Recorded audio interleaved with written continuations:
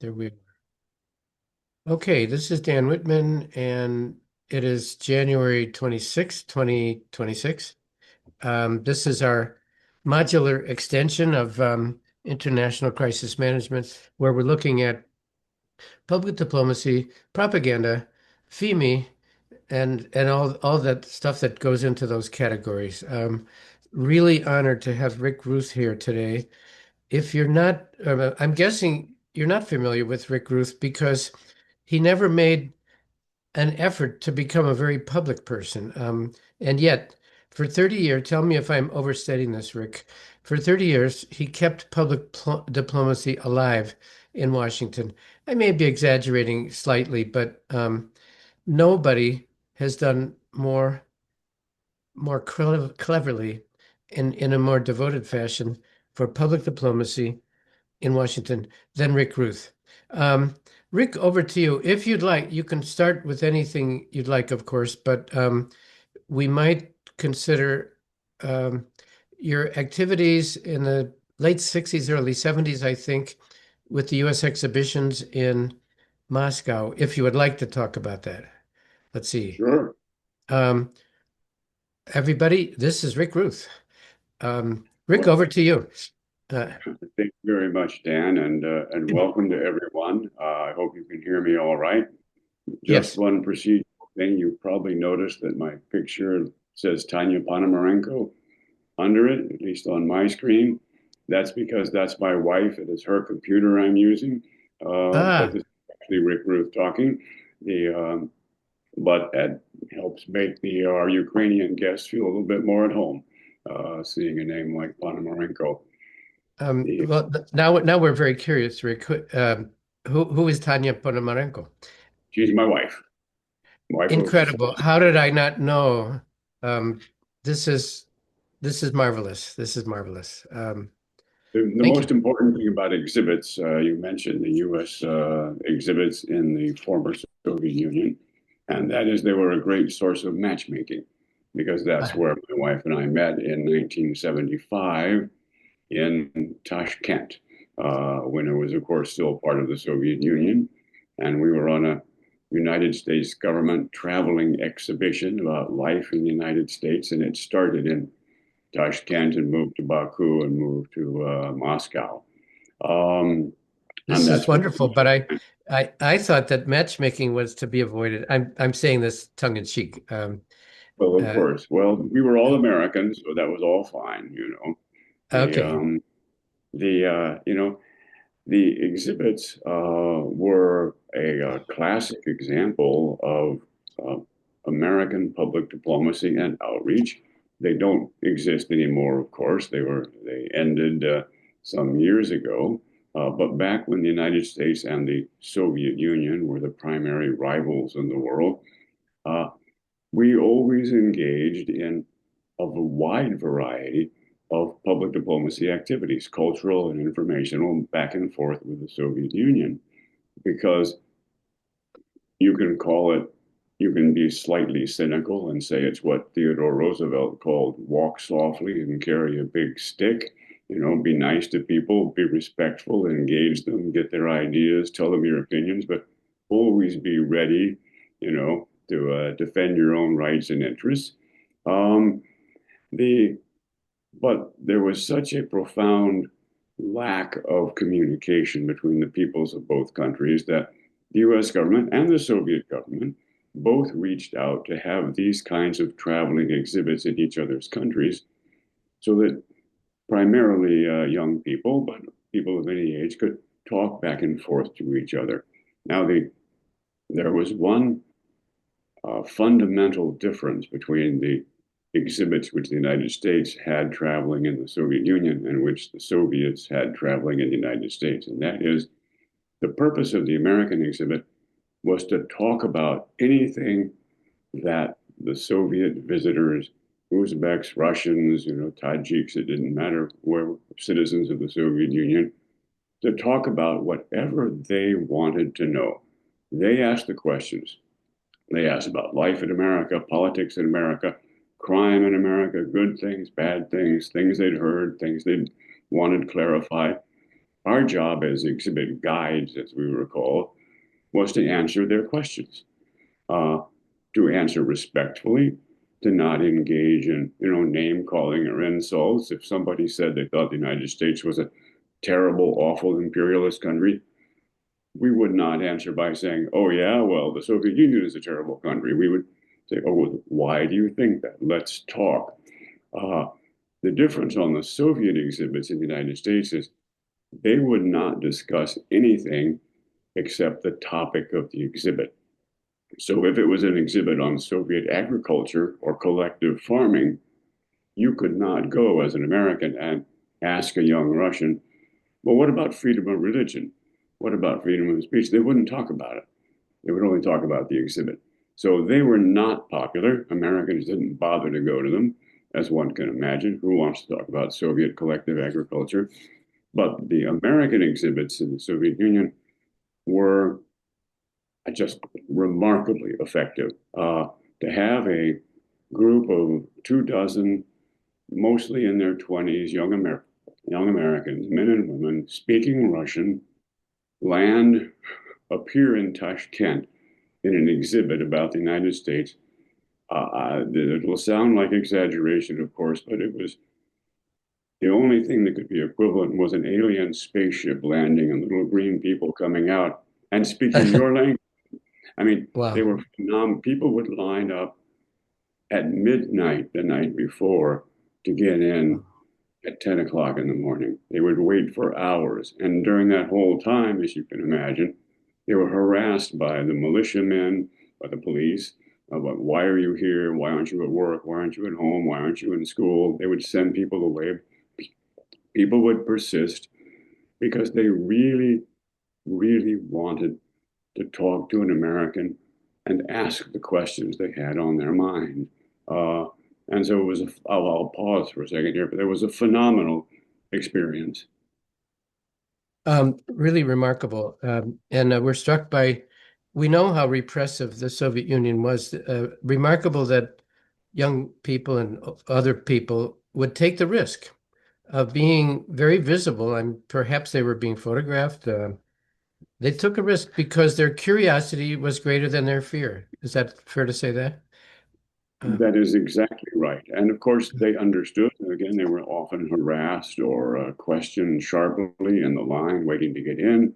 There would be uh, individuals from, Soviet, police in plain clothes circulating among the uh, exhibit visitors, watching, listening, taking notes. But the people very desperately wanted to know. And they would say, for example, one person said to me, "Look, we know that our government lies about the United States. We know this because our government lies about everything. They lie wow. about the cost of living. They lie about the availability of apartments. They lie about who can get a car. They lie about our daily life, things we know better than they do. So, of course, we know they must be lying about America as well. But what we don't know is what is a lie and what is the truth." So, and then they would smile and say, "That's your job. Now you tell us what's really true and what's not." So, in that Amazing. sense, a fearsome responsibility. Amazing. We did get Jill Doherty's version of this a couple of weeks ago. Um, I know that you know her. Did you overlap with her in your assignment? We never worked together in that professionally, but I've known Jill for decades. Yes. Yeah, this is great. She very generously joined us a couple of weeks ago. Um, a recent quote made about a certain government, possibly the U.S. government, maybe, from a journalist, having to do with the shooting in Minneapolis. I'm just quoting. I'm not necessarily agreeing or disagreeing. They lie. We know that they lie. They know that we know that they lie, but we are obliged to think what they say. Any comment on that comment made by an American journalist? Well, it's at this point absolutely true, and the battle is engaged. Those words could have been said decades ago in the Soviet Union, and which was one reason why so many people by the thousands would flock to these exhibits, not because they were gullible, not because they necessarily believed everything we would tell them. Of course not. They were rational human beings who understood that, governments do things that they aren't always proud of or that they think they have to do. But they wanted to hear an alternative opinion, another way of looking at something. And that was our job to explain it to them. So it's highly ironic that something a Soviet visitor might have said in 1975 is being said today in the United States. Yeah. The journalist, of course, was not quoting George Orwell, but referring to Orwell, 1984, Animal Farm. How far are we? This may be something for later in this conversation, but when I say we, the whole world, the entire world, where we talk about being in a post-truth period, how close are we to an Orwellian existence? Well, one of the great services that George Orwell performed was to lay this out in such clear fashion, including the remarkable parody of Animal Farm, uh, and and point out the dangers and point out and label some of the difficulties and threats to, a free, open society. The In the United States right now, we are still in the middle Hmm. of the discussion, the debate, the conflict. It's too soon to say how it's going to come out because none of us know. But we see that the battle is engaged, and it's an old battle, the battle between power and truth. Uh, the I think often these days, Dan, of Alexander Solzhenitsyn, who Yep. said, uh, let the truth, I'm sorry, excuse me, let the lie come into the world. Let it even prevail, but not through me. So, what we're watching now is an entire nation, ours in this case, going through this process of every individual citizen making a decision. Am I going to let this happen? Am I going to stand for this? How am I going to react to this? And you and I and the rest of our fellow Americans right now and everybody else around the world, we don't know how it's going to turn out yet. We're right in the middle of it. Yeah. Um, for those on the call, if you can trust public opinion surveys, we kind of relatively do. 20% of Americans approve of what happened in Minneapolis the other day. 20%. Um, and by the way, the number, remember Greenland? Remember that? 4%. 4% believed that it made some sense to use military force to take Greenland. So we do have a public opinion in sharp difference from the power. But as Rick, as you say, we don't know how this is going to turn out. Well, let's go to a very bright topic, which is your knowledge of how President Eisenhower opened up the public space by creating the U.S. Information Agency. You are the world expert on that, I think. Um, Well, world's in trouble then. yeah, Well, thank you so much for that, Dan. Well, yes, I think particularly since we just started with what's going on right now in the United States, we should compare and contrast, as university professors love to say. Let's compare yeah. and contrast Okay. two very different American presidents, Hmm. Dwight Eisenhower and Donald Trump, and look at public diplomacy and the U.S. Information Hmm. Agency from that perspective. Dwight Right. Eisenhower, of course, was the supreme commander of Allied powers in World War II and went on to become president of the United States in 1952. He was, by training, by instinct, an absolute master of what we now call public diplomacy. His entire 8-year presidency was, in fact, a master class in public diplomacy. Even though the term, as we understand it and are using it right now, wasn't coined until into the 1960s. He first became president in 1952. But he had all the right instincts about building dialogue and building institutions because his experience as commander in chief in Europe in World War II so horrified him with its carnage, with its hatred, with its destruction, that he was resolved to do anything and everything he could do to make sure that kind of war, that kind of conflict never, ever happened again. And he began, I'll mention just two or three things that he did. First of all, of course, as Dan indicated, he established the United States Information Agency in the early 1950s, which came together by pieces that existed during World War II, for example, such as the Voice of America and some libraries and information centers that had been in Europe. He pulled together information programs that had been part of the Pentagon, part of the State Department, put it all together into a new agency called the United States Information Agency, which became the organization that conducted what we now call public diplomacy, with one very interesting exception, and that is it did not include international exchanges, uh, because there was a concern at that time that putting exchanges and educational programs into the same organization that handled what Eisenhower very happily called psychological operations Mhm. would harm the integrity and the independence of the educational programs. Now, Eisenhower, coming from a military background, meant by psychological operations what today we would probably call strategic communications.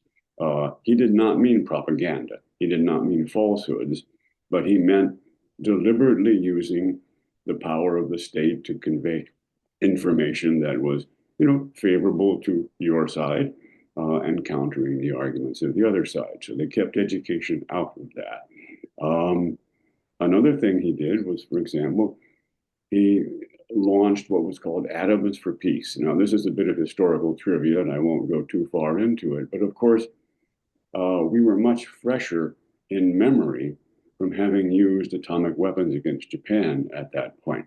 The United States being the only country in history still that has used atomic weapons in war. And he was very keenly aware that people were terrified that America would try and rule the world with atomic weapons. And he went to a General Assembly of the United Nations to make this initiative called Atoms for Peace, to turn that around and say that we would not ever use atomic energy or power for war again. We wanted to use it for peace if everyone would join in with us and continue in that vein. Uh, Another thing he did was he called together a group of Americans from all sectors of society for what he called the People to People program. And he brought artists and he brought business people, he brought bankers, he brought union leaders, he brought sports figures, and he told them that people to people engagement, people to people exchanges was the most important thing in the world. That's a lot to hear from a president of the United States after World War II. That what they were trying to do with their counterparts around the world was build the road to a lasting peace so that we would never have to see war again. Because again, Eisenhower was permanently affected by the carnage of war and by his eyewitness uh, visits to Nazi death camps. In one case, for example, he not only ordered the citizens of a nearby village to come and help bury the corpses near Ordruf because he wanted to make sure they could never say, never deny what had happened there. So, in a sort of interesting way, it was the violence and the death and the injustice which drove him to create mechanisms for future peace and engagement. And that's a dynamic that has continued over time. So that was his approach, and the exhibits that you mentioned, Dan, were very much a part of that. They were classic American public diplomacy because they were built on bringing people together as equals on equal footing to respectfully discuss whatever their differences were. Um, just remind people in the group, if you remember the trailer of Bob Fry's film In My Lifetime, in that trailer were sections of the Atoms for Peace speech that Eisenhower made. You might remember seeing that. Rick, and this may be a tangent, but You mentioned that USIA came out of various different aspects, VOA, libraries. Um, do we want to talk about Hans Tuck, uh, the the German who was educated as a 13-year-old in Oklahoma and who went back to during World War II as a German speaker and was one of those who set up these libraries in the aftermath of World War II. Um, should we? Did you know him? He lived a very long life. He was deceased about 3 years ago, and he was an interesting character, wasn't he? Um, I mean, I had the great pleasure of working with Tom Tuck, towards the end of his career and the beginning of mine, a number of times. Always a very uh, generous individual with his knowledge and his time. And again, another example of how someone can be international in the most respectful sense, that he was interested in dialogue and engagement, in having rules for peaceful resolution of conflicts and differences. And on top of that, he was an extremely warm and engaging and funny human being. So I did have that privilege. yeah, Um, and that's a thread that runs through all of this, because another thing I had the privilege of doing in my centuries in this work is that I was at the Kremlin in what they call the Krasnaya Gostinaya, the Red Room at the Kremlin, uh, when President Reagan and Mikhail Gorbachev signed the last U.S.-Soviet cultural exchange agreement. wow, And here were these superpower adversaries, but they both came together and understood that each side wanted, needed, wished to peacefully engage the other in the hope that there would never be conflict if we kept talking. That's just, that's gone away now, but that was something that even Reagan, who was of course well known as an anti-communist, and his famous phrase, "Mr. Gorbachev, tear down that wall," about the Berlin Wall, and yet they would set that aside to look at a higher priority of a peaceful framework for engagement. We don't have that right now. yeah. We don't have it right now. In addition, would you say the Reagan-Gorbachev relationship and also Bush-Gorbachev was very productive? Was that consistent or an anomaly in Russian history? The whole Gorbachev phenomenon. Could we hope to have such a thing ever again?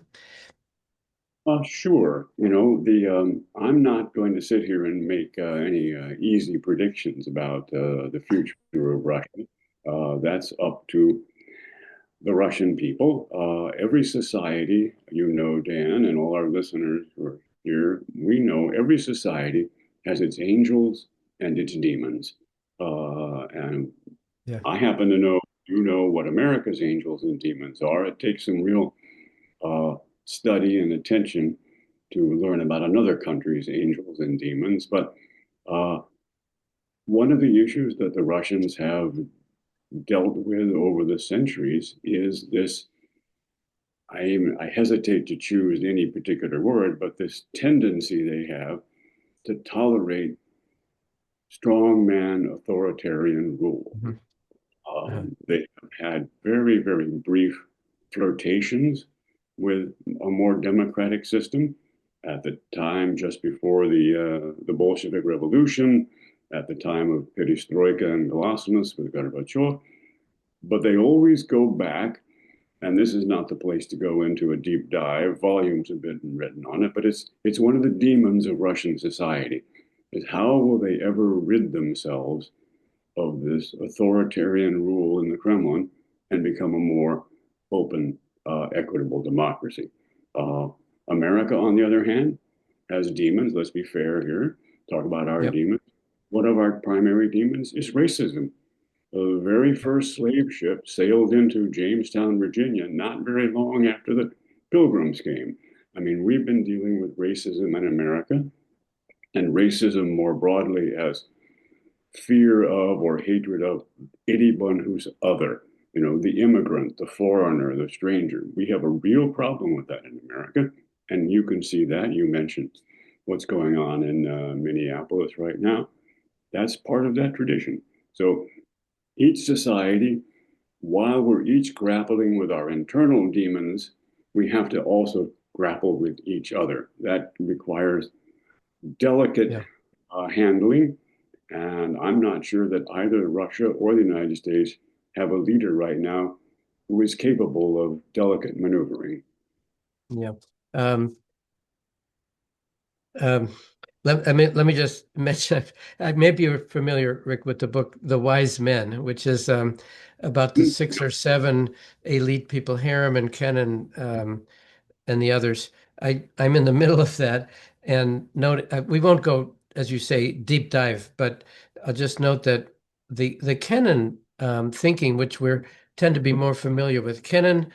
Um, when he talked about containment, or when he mentioned containment, we now know, we did not know then, we know that he believed that Russian history was a constant, was unlikely ever to change.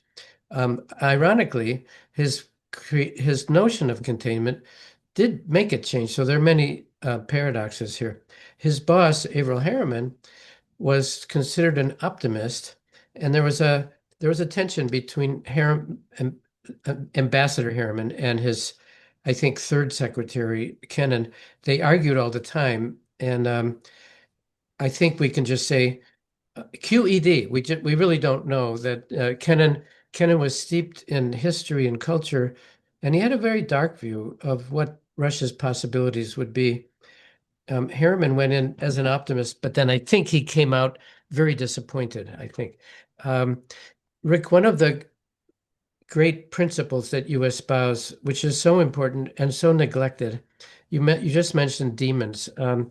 The necessity to acknowledge one's own weaknesses when conducting public diplomacy. Tell us about that, because I know that this is a principle very much part of what you believe. Well, yes, you know, it's the dilemma that we talked about or touched on just a few minutes ago with the visitors that would come to the American exhibit. So here it is, it's 1975, it's the Cold War. We're not that far away from Watergate and Vietnam and so forth. Um, and here's a young person. Well, actually, I keep saying young person. That the visitors to the exhibit were of all ages and uh, all parts of society. And they would come in and they would be aware that there would be people in the audience listening to what they were saying and paying attention in case somebody was saying the wrong thing. But they were quite frank and they would say, look, one old woman said, "You look like my grandson, I know you won't lie, you know." So Yeah. he said, as I said, we know our government lies to us. So you tell me what part about what the Kremlin says is true and tell me what part is false. And one of our sort of ironclad rules as exhibit guides was never insult your host. Simple hospitality, I suppose. Never insult the Soviet Union. So when somebody said, for example, to be a provocateur, America did nothing in World War II. We did it all ourselves. You let the Germans kill us and bleed us dry while you just sat safe on the other side of the ocean. Two bombs and it was over with. You never suffered like we suffered. Our answer was not, oh, yeah, let me tell you about this, buddy. Our answer was to say, well, all right, let me tell you what I know. Let me tell you what I understand. And when the visitors, and there were always hordes, there were always crowds of them. It wasn't like one or two people in front of you. It was always 20 or 30 people in front of you. When they realized that we were not simply going to respond with talking points, that it wasn't going to be propaganda versus propaganda, that we were actually trying to have a respectful, honest conversation, you could see the change ripple through the crowd. And they would really be very interested and start asking much more authentic, much more genuine questions and paying much more attention to the answers because we were admitting it was complicated. We were admitting it was difficult and that we had good and bad sides in both countries. And it wasn't just a propaganda exchange. And that was crucial. That notion of common respect. Yeah. I just want to point out that Nazar and Tatiana have put very thoughtful chats in there. But Rick, I'd like to first give you the chance to um, get into. You said you would compare and contrast Eisenhower and Trump. It's really apples and oranges, isn't it? But would you like to give us Sure. some reflections on that? And then it would be good to go to these chats, which are very thoughtful, I think. Um, Good. Just so you know, Dan, I can't see the chats No, on my I screen. will summarize them. They're a bit long. I'll try to summarize them. Yeah, go All ahead. right, Uh, Trump. Well, as we said earlier, Dan, we're right in the middle of what's going on under President Trump, and everything is not clear, and everything's not going to be clear anytime soon. So we can't summarize a legacy like we talk about, Averell Harriman and Kennan. We're not in that position yet. The historians will have to wait and do that after we're long gone. But part of the issue is the current administration is not really interested in two-way communication. They're not actually really interested in communication. They're really only interested in proclamation. Uh, they don't see audiences as equals or partners. They certainly don't see all foreign audiences as teachers and mentors for things that might help our society. So there's precious little interest in any two-way flow of information. So that dynamic that I just mentioned on the very small human level on the floor of the exhibit, where Americans and Soviets could actually exchange ideas on a frank and respectful basis. That's not part of the equation anymore. And of course, the the whole idea of public diplomacy right now is really out the window. We're not conducting public diplomacy in any normal sense of the word because the White House only wishes to project what it believes is the truth or its view of reality or its opinion of a situation, isn't interested in persuasion, isn't interested in conversation, certainly isn't interested in hearing opposing opinions or criticism. Uh, and so it's just projection uh, and largely driven by American internal politics, not any particular vision of an international world order. So it's not only not public diplomacy, it's not even good public relations. Because if you're a business, a corporation, and you're conducting public relations, then you're interested in stakeholder engagement, respectful engagement, awareness, loyalty, brand building, whatever you want to call it. Right now, the White House doesn't care about any of those things. It just wants to project power. And so we're in the midst of a dilemma. Beyond the political aspect that you're talking about, there's also the evolution of communication. When you were doing the exhibits in 1975, it was all face to face with living people, and the technology clearly has taken us, I don't know, taken us away from that or given. Now everything seems to be online. It's chat, GPT, it's Facebook, and messages going out in that manner. What do we lose when we really don't have that face-to-face communication?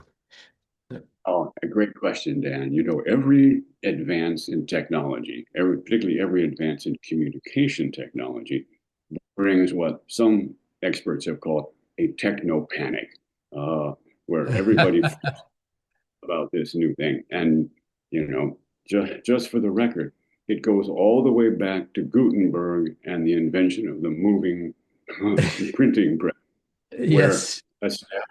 established figures, particularly the Vatican, the church, would say, hey, wait a minute. You mean we don't control who prints or writes books anymore? Now, anybody with some money and a printing press can print anything they want to, true or false, Yeah. religious or sacred. This is terrible. And that was true of television, it was true of radio. Marconi got the Nobel Prize for the radio. And a Uh-huh. few decades, hardly a couple of decades later, Joseph Goebbels was using radio for the most vile Nazi propaganda. Every technology creates its own evil twin.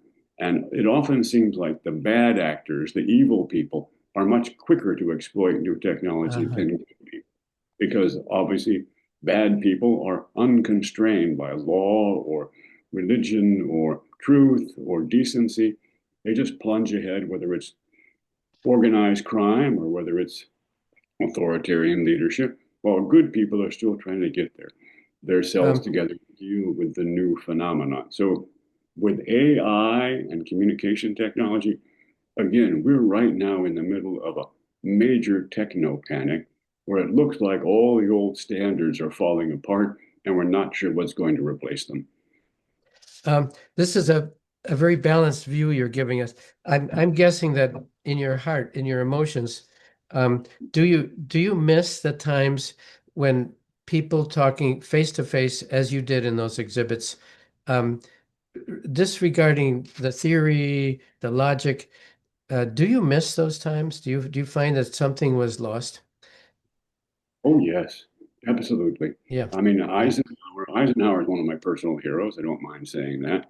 And yeah. for him, for the President of the United States to take the initiative to invite writers and artists and workers and business people and others to come together at his invitation and tell them that they were doing the most important thing in the world, which was engaging people of other countries on an equal footing, on a respectful basis to discuss interests and differences, that was the most important task in the world.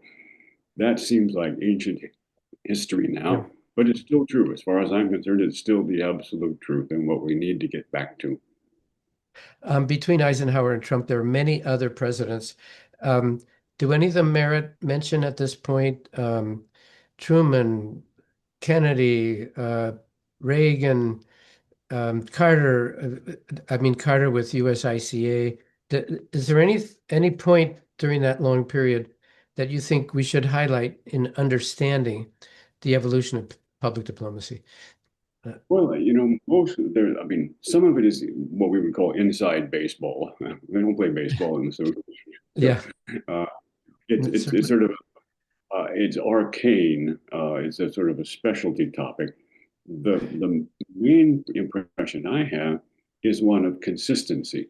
So whether you Uh-huh. take extremely different human beings, extremely different presidents, Ronald Reagan, Jimmy Carter, for example, President Kennedy, President Nixon, they all still always maintain the approach of US Soviet summits that they would meet with their Soviet counterpart at a high level, and they would talk about the issues of the world, and they would always include people to people engagement.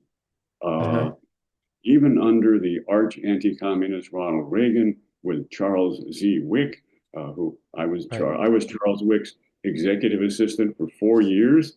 I Yep. worked, in fact, I traveled with him to Moscow on more than one occasion.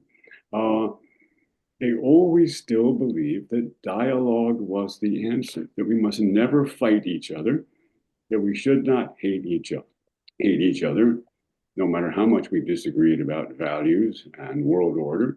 We should always keep it peaceful and we should keep talking. Uh, the fundamental difference right now is that we're not talking. Yeah. And we'll just mention you Rick, you get a lot of credit for keeping things going during those years with Charles Wick. We should just mention Charles Wick was a close personal friend of Reagan. He doubled the budget for the U.S. Information Agency. At the same time, he was a very difficult person. And you in the back room, not often noticed, really kept him focused on keeping public diplomacy with its own inner truth. So you certainly get credit for that. Let's go to our fascinating chats here. We have two of them, and there may be more. Nazar Sivak asks, perhaps the main challenge in the post-truth era is not that there are fake news or disinformation, but that the perception of facts is twisted. Uh, Let me read the whole thing. The MAGA affiliated communication does not share disinformation in a traditional sense, but bases the narrative on true facts while distorting the perception of those facts. Which are the best strategies? to confront such narratives? That's a big question, Nazar. And we should all know. Nazar sent in a wonderful paper this morning with a fictional but very realistic uh, public diplomacy strategy. Thank you, Nazar. Um, Rick, your comment on that? Absolutely. Well, first of all, those are nice to meet you electronically and nice to hear from you. That is a wonderful comment and spot on. The and let me bring it home to the mechanism of public diplomacy because you touched on a very important point. The At the start of this Trump administration, the second Trump administration, you may have noticed that he abolished the United States Agency for International Development, USAID. He abolished our much of our foreign assistance apparatus, and yet public diplomacy per se, international exchanges and so forth, Fulbright program, high school exchanges, and all that, that has continued. Now, that has surprised a lot of people that he would do away with something as seemingly uh, worthy as helping other countries with famine, with disaster, with disease, and yet bother to keep high school exchanges. Why? How does that make sense? Another uh, issue, and this gets right to your point, Nazar, and that is the issue of disinformation. Uh, Before President Trump became president, the State Department had a small office with the odd name of the Global Global In, Engagement Center. Yep. and the Global Engagement Center, a funny title, but their job was to monitor Russian disinformation, to identify falsehoods and strategies, to label them, and then to let Americans and others know this is a Russian falsehood, this is a Russian lie, this is a Russian plot, or whatever you want to call it. Now, that that all seemed like a normal, logical thing to do to a lot of people. And yet, it's the very first thing that President Trump and his new Undersecretary for Public Diplomacy, Sarah Rogers, did away with. Because what happened, and I apologize for the deep dive, but it gets right into your question. The problem was that what the Kremlin was saying about American politics, for example, that the defeat of Donald Trump by Joseph Biden was because the election was unfair, because it was rigged, was in fact exactly what Donald Trump and his supporters thought. So here you have an office in the US government say that this was Kremlin disinformation when it's what Donald Trump and his followers also thought. So the first thing they did was they did away with this office. They abolished it immediately. Uh, Yeah. the Uh, Yeah, go ahead. uh, a, a question that I have. You mentioned the function of the Global Engagement Center as monitoring, identifying, and letting people know. That third aspect, I suspect that nobody listens to what a government says anywhere in the world, and that this function of letting people know, while the very good colleagues, and you and I both know them personally, were doing these things, it's my impression that their target audiences never listened to that because they took with doubt anything that the US government said or the Russian government or the English government. They don't trust governments, I think, generally. Am I exaggerating? Uh, Well, I don't think you're measuring it at all. uh, I mean, it's a little bit like, we say going through the looking glass from Alice in Wonderland, where everything distorted and everything is reversed. Truth is lies, lies is truth, also very Orwellian. But the it's fascinating to me as someone who's been in this business for a long time, and clearly there's a body of interest here in this conversation. The you have to hand it to the internet trolls, that the Kremlin employs. mhm. They're really good at what they do. They lie spectacularly well. I mean, they have a gift for it. And the troll farms, if we want to call them that, are like fountains that gush lies day and night. Uh, and so if you are this little global engagement center in the State Department, with 20 people in it, uh, you're trying to track that and monitor that and do something about it. You're doomed. You don't have a prayer, uh, because even the Russians have that saying, "So don't chase after two rabbits at the same time." You know, and yeah, the Kremlin spews out so many falsehoods that if you're trying to follow them around, you know, all you're doing is responding. You're never making any progress whatsoever. You're always on the defensive. Uh, so in a way, it was perfectly reasonable to do away with the Global Engagement Center because it was worthless. But that's not why they did away with it. They didn't do away with it because it Right. was worthless. They did away with Yeah. it because it was identifying as lies things the Trump administration was saying were true. That's obviously couldn't be Yeah. allowed to continue from the White House's point of view, so they did away with it. And the anyway, I'll stop right there. Um, yeah, it's a most challenging time. And actually, you mentioned public relations. Should we just distinguish between public relations and public diplomacy? Public diplomacy being one government's efforts to reach the audience of a foreign country, and public affairs would be either the private sector or the U.S. government talking to its own citizens. Is that a pretty good definition? Um, Yeah, I mean they're all part of the same spectrum. Public yeah, diplomacy, public affairs, public relations, marketing, branding, propaganda. yeah. They're all the same big squabbling family, but there are very important distinctions. And one of the key words, of course, is not public, but diplomacy, because Uh-huh. I take the position that diplomacy is a function of government, that corporations and others do not carry out diplomacy unless you modify, okay, citizen diplomacy or something like that. Right. But diplomacy is a governmental function, an inherently governmental Yeah. function. So public diplomacy, as you said earlier, Dan, is governments reaching out to foreign publics, not just to foreign governments.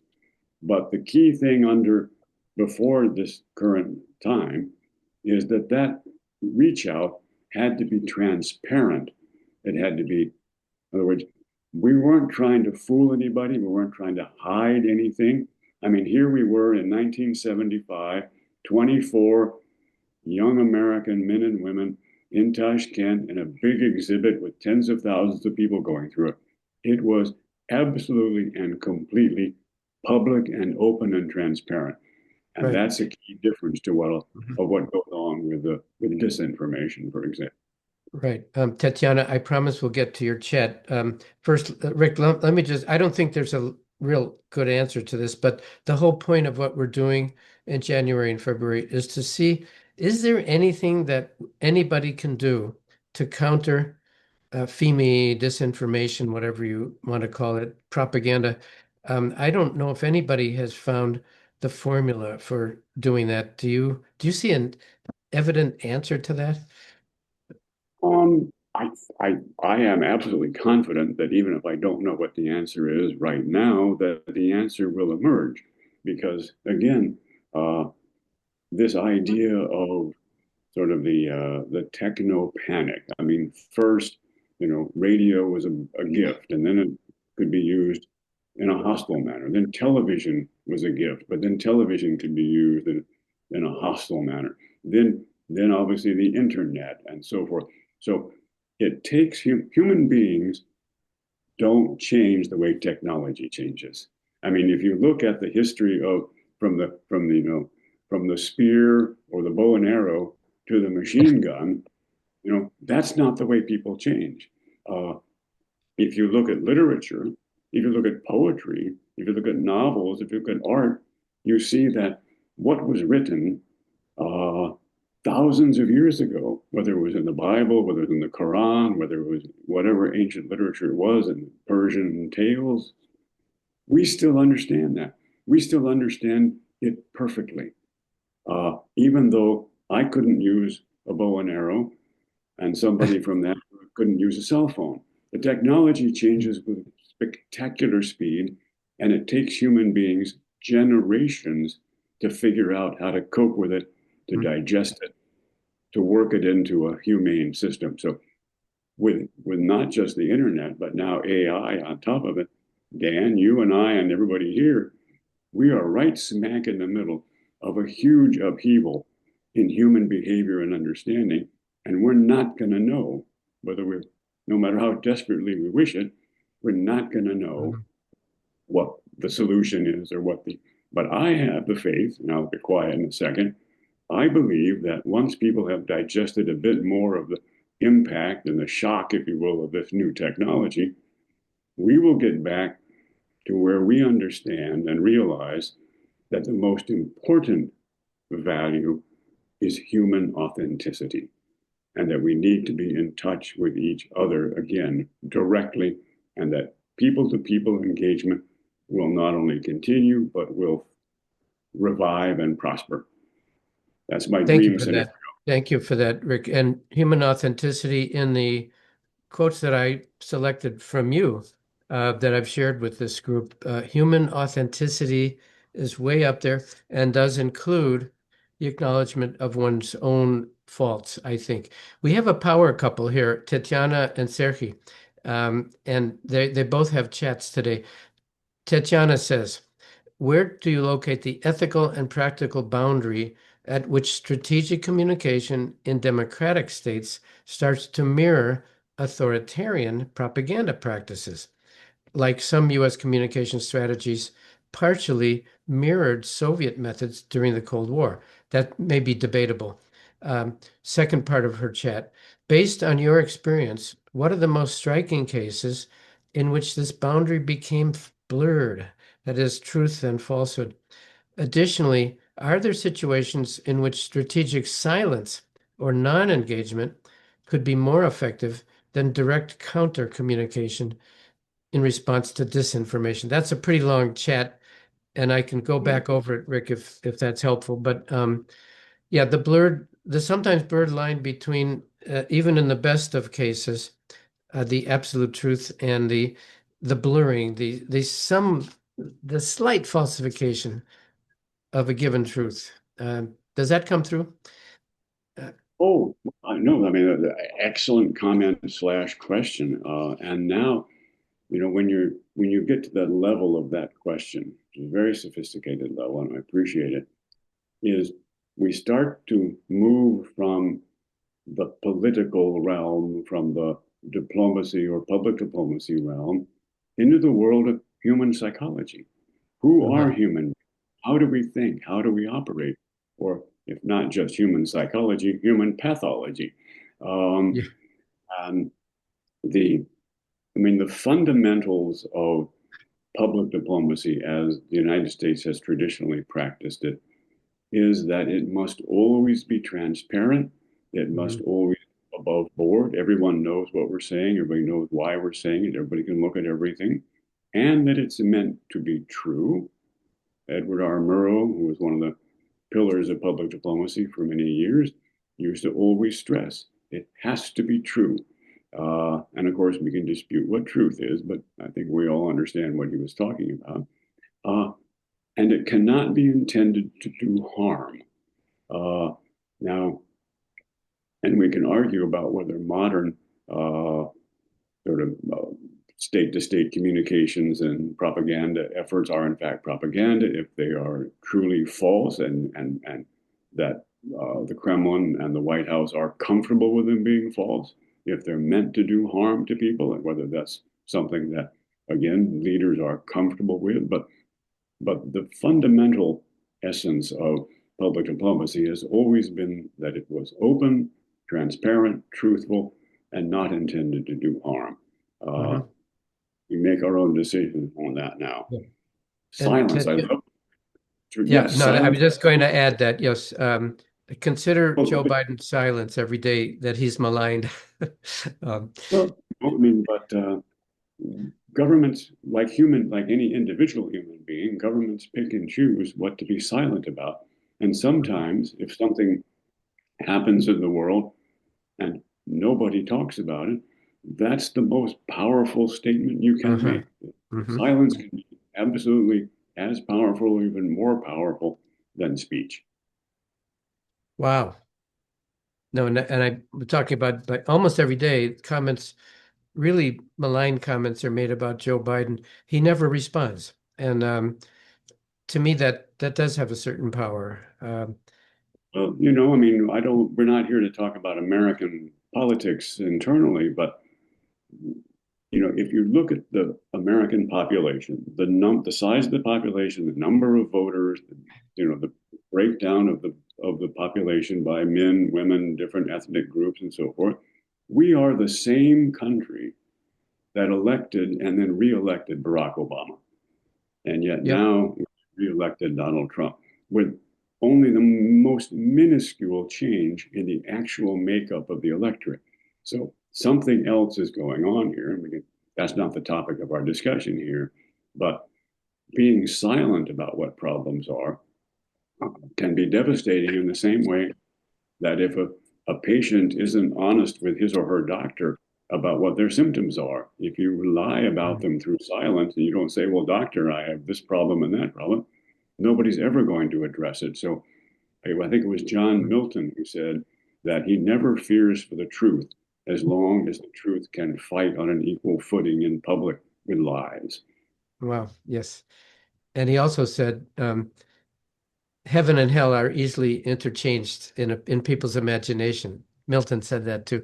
Um, the and then Serhi adds, this is more just a comment, I think. An Eisenhower quote.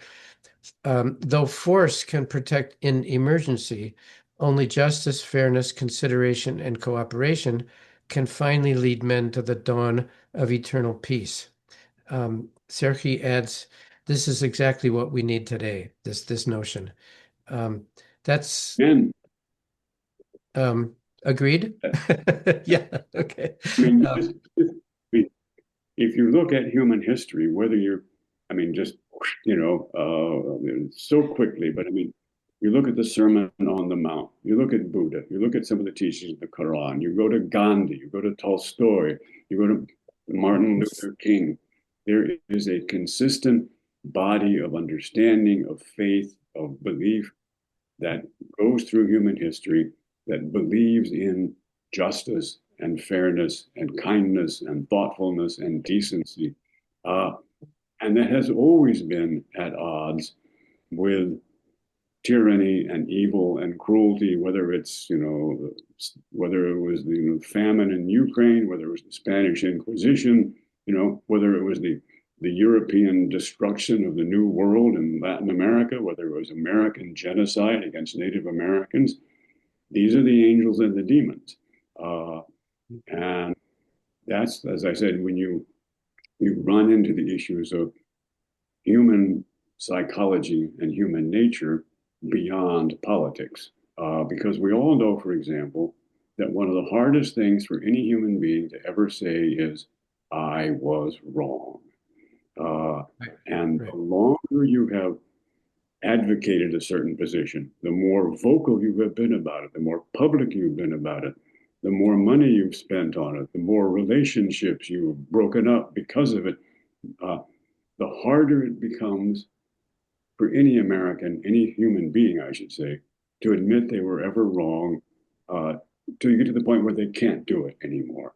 So Yeah. some people, American leaders and foreign leaders, have now been so public for so long with so many falsehoods that just from human nature, and I know they're never ever going to admit they were wrong. Yeah. You may have seen Tatiana's emoji saying 100% agreed. I can think of one example. I mean, there may be many, but Julius Nyerere, who was the first leader of Tanzania when it became independent, wanted to imitate the Russian kolkhoz, the Soviet kolkhoz, the obligatory collectivization of farmers, which was a disaster in the Soviet Union and was also a disaster in the so-called Ujamaa villages of Tanzania. I'm mentioning this because at the end of his life, Julius Nyerere said, I was wrong, and he begged for forgiveness. This is a really remarkable, I'm sure there are other examples, but not many, not many. Um, Olga, um, writing from New York and with a Haitian background, says, how can a group of people who sees atrocities being committed and still say it does not exist? Olga, I think I understand. In other words, let's take an imaginary atrocity. I'm thinking, of course, of Minneapolis, but let's say there's an instance of tyranny and injustice, and everybody sees it. Um, how is it possible for people to willfully be blind to that? That's a good question, Olga. Um, Well, people, go ahead, Dan. no. I'm just asking. Do you have Well, reflections on it's a wonderful question. It happens to be, of course, an ancient and time-honored question, since atrocities have been taking place, remember, a long time. Remember, according to the Bible, if you believe in it, there was a time in in human history when there were only two brothers, and one of them killed the other. Uh, I mean, it? this is a Yeah. long tradition, and so the it is clearly not to be glib or try to be cute. It is obviously very easy for people to ignore atrocities and pretend they don't exist. I mean, after Cain killed Abel, he was talking to God back when, according to Christianity, God walked the earth and spoke to people. And God asked him, "Where is thy brother Abel?" And he said, "I know not. Am I my Um, brother's keeper?" That has been the fundamental question since day one. Are we our brothers and sisters keepers? Uh, and it is very easy for people to just pretend it's not my business, there's nothing I can do about it, I'm powerless, or to demonize the victims, to think of them as not human, as subhuman, uh, as the whole I mentioned about slavery being one of them, or racism being one of America's demons.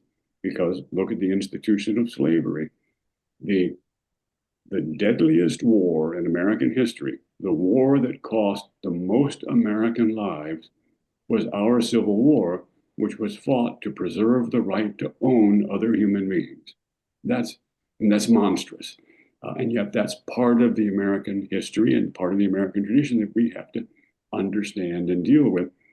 Every country has these. We'd like to think we left them behind, but we haven't left them behind.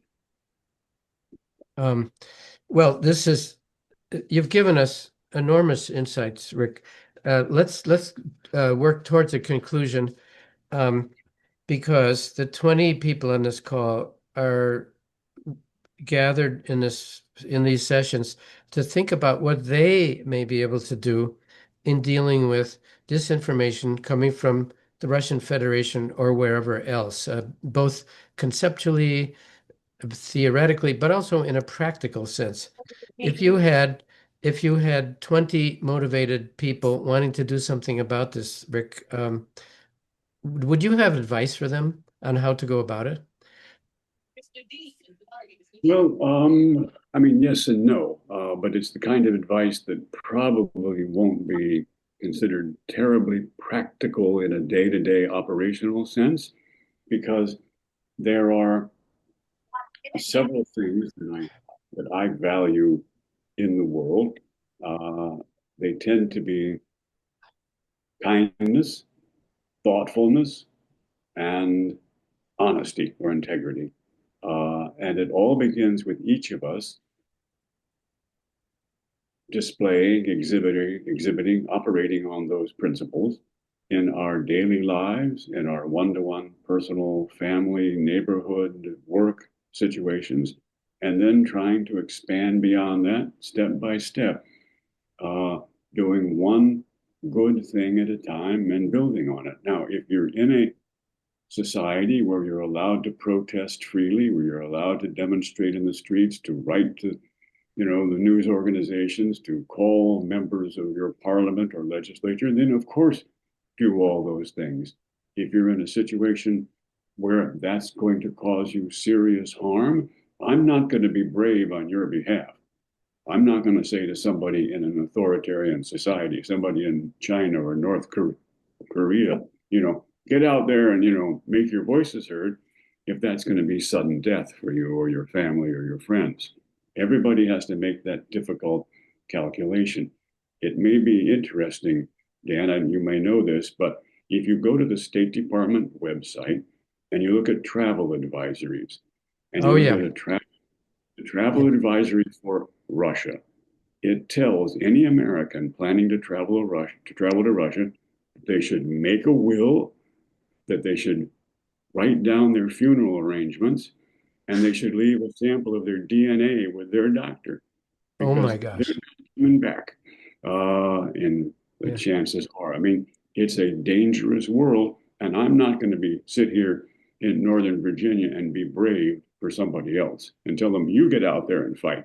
Uh, so everybody has to make that calculation, but it all starts with that human authenticity and human decency in both directions, bit by bit, step by step. So that would be Rick Ruth's thesis called "Что делать," right? "Что делать?" Yeah. Yeah. Uh, I mean, I'm more enlightened, much more enlightened than Lenin's. Rick, this has been fascinating. Let me give one more chance to anybody if you have any reflections. Admittedly, we haven't really come up with a formula for people who live in societies which are not under repression. I would say Ukrainians, their own government does not persecute them generally, and they're looking for ways of making it known to other countries in the world, particularly the global south, when lies are being said about them. And admittedly, we don't have a real formula for doing that. I have said a number of times with this group, you young people are much more likely to find ways of communicating that than I am. And Rick has had this wonderful career, largely based on person-to-person, genuine interactions. This is it's still something we long for, but we don't often have those opportunities, I think. So let's take from Rick what we can, which is a deep wisdom about the necessity to maintain decency. Um, I out his term human authenticity. What could possibly have a greater value than that? And with that, I would say, Rick, thank you so much. And if you have any concluding comments that you would want to add, this would be a good time to do it.